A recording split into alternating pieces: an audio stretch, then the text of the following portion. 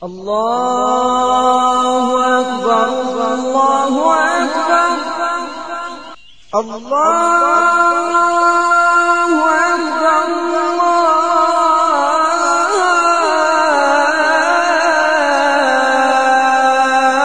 الله أكبر.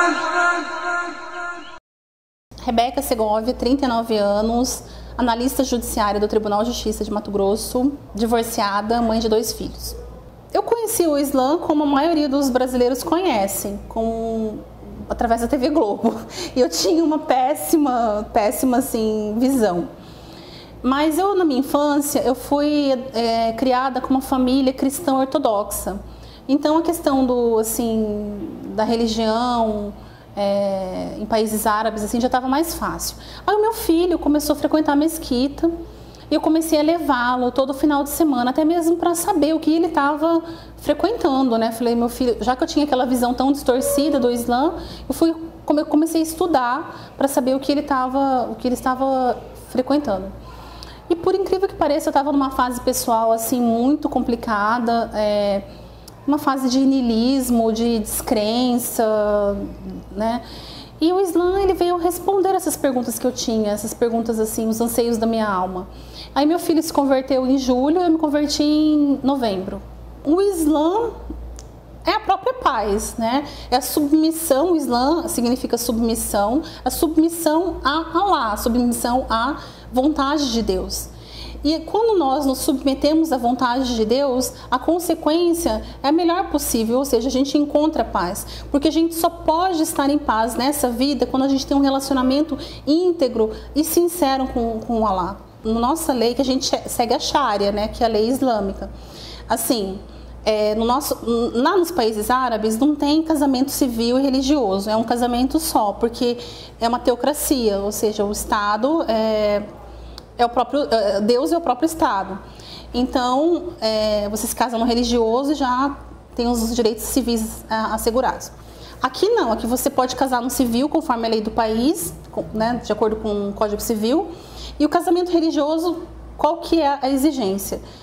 A mulher tem um guardião, toda mulher tem que ter um guardião dela, um irmão, um pai, um primo, alguém que responsabilize, né, por ela. E aí ela entra em contato com o noivo, quer dizer, chama o wali, né, que é o responsável pelo noivo, porque a gente pode até namorar, mas não pode ter intimidade física só depois do casamento. Então, ela não, assim, quem decide essas coisas do casamento seria esse wali do marido ou o guardião, o wali da mulher. Então, o que é pedido? A mulher tem direito ao dote, né, que chama maher. Esse maher, ela pede uma quantia que ela atribui, assim, um valor, caso esse marido morra ou ela se divorcie, porque logo depois do casamento ele pode devolver essa mulher, se essa mulher não atendeu às suas expectativas. E aí ela pede essa quantia como resguardo. Aí as pessoas, mas o que é isso? Isso que o profeta Muhammad determinou, não foi ele que determinou, foi Allah. Mas isso que é feito no Islã, agora o Código Civil está fazendo. Por quê?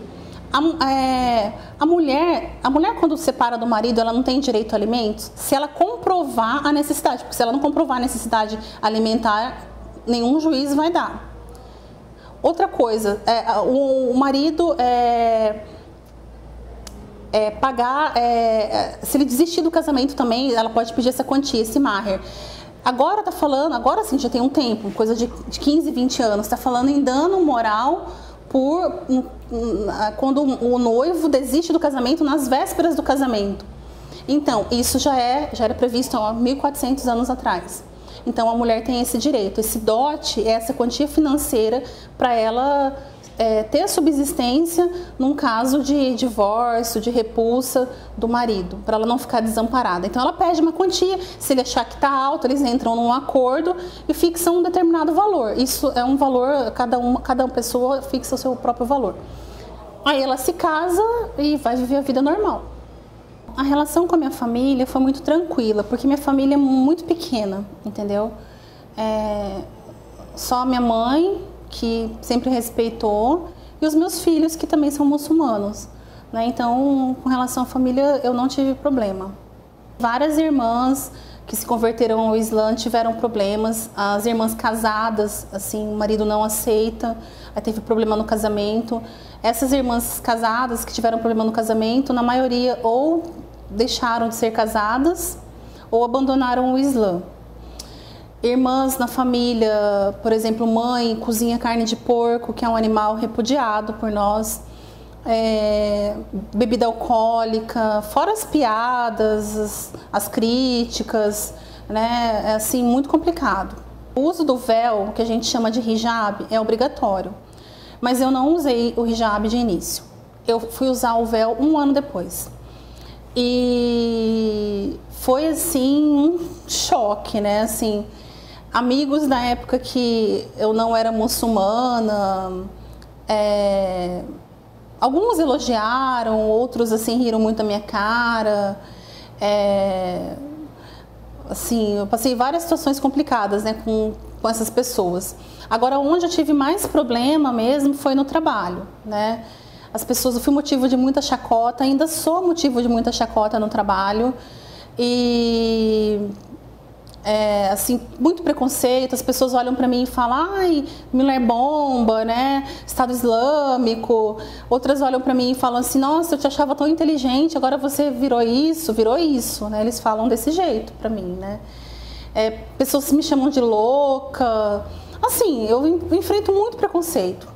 Olha, no começo eu me sentia bastante incomodada, sabe, bem irritada, tudo. Hoje eu não me incomoda mais, né.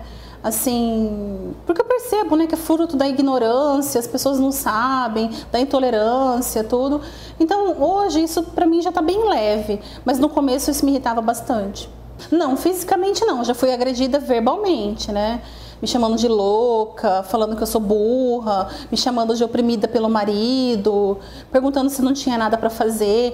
E assim, às vezes a pessoa não xinga assim com a palavra específica, mas ela te aborda de uma maneira assim invasora, inconveniente, e assim isso é bem desagradável. No trabalho, eu não tive problema, assim. Eu tive problema sim, que as pessoas lá no meu trabalho, elas riram muito da minha cara, fazem comentários bem inconvenientes.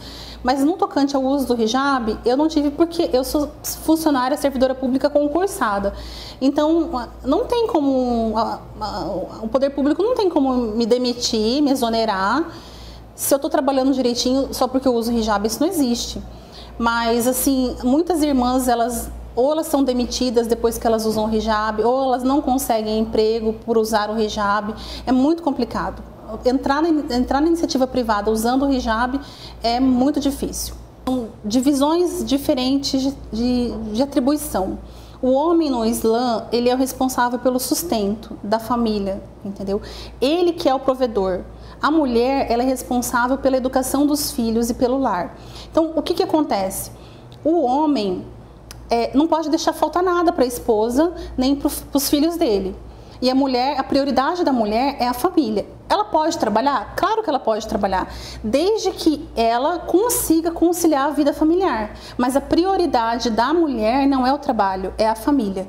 Por exemplo, o dinheiro da mulher, quando ela trabalha, a mulher não tem obrigação de contribuir com as despesas de uma casa. Igual na nossa lei civil, por exemplo, a mulher tem que contribuir de igual para igual. Mas no Islã, não. O dinheiro da mulher, se ela quiser pegar tudo e gastar do jeito que ela bem entender, ela é livre para poder fazer isso. Agora, claro, se ela quer contribuir com o marido, ela pode contribuir. Tanto que Hadija, a primeira esposa do profeta Mohammed, que a paz esteja com ele, ela era rica. Ela era mais velha que ele e ela era rica. E ele trabalhava. Entendeu? Então, ela ajudava ele por livre e espontânea vontade, mas isso não é obrigação da mulher. Da mesma forma que a obrigação do homem também não é ficar cuidando de criança. Agora, ele pode cuidar do filho, levar um filho na escola, dar uma mamadeira, trocar uma... Claro que ele pode, entendeu? Mas, assim, a obrigação da mulher não tem que ser submissa ao homem. A submissão da mulher é a Allah. Tanto que se um homem maltrata essa mulher, se ele viola o dever do casamento, ela pode pedir o divórcio, ela pode se insurgir, os familiares dela podem reivindicar o divórcio e uma mudança de postura. A minha vida é uma vida normal, eu acordo todo dia, bem cedo, para fazer a primeira oração, a oração do Fajr, que é a oração da alvorada. Aí depois eu não consigo dormir, mas quem quer dormir, dorme. Mas assim, eu sou ligada na 220, eu durmo mais. Aí eu vou fazer as minhas coisas, vou entrar na internet, vou estudar, depois eu faço almoço, depois eu vou trabalhar. Trabalho, à noite eu pego os filhos na escola e assim, normal, uma vida de uma pessoa normal. Minha vida não é glamurosa, minha vida é simples, eu pago conta, eu vou no mercado, eu enfrento fila, eu ando no calor, normal, do mesmo jeito, não é diferente da vida de ninguém. Eu faço muita coisa, eu trabalho bastante, né? Até mesmo porque eu não tenho nenhum marido para me sustentar.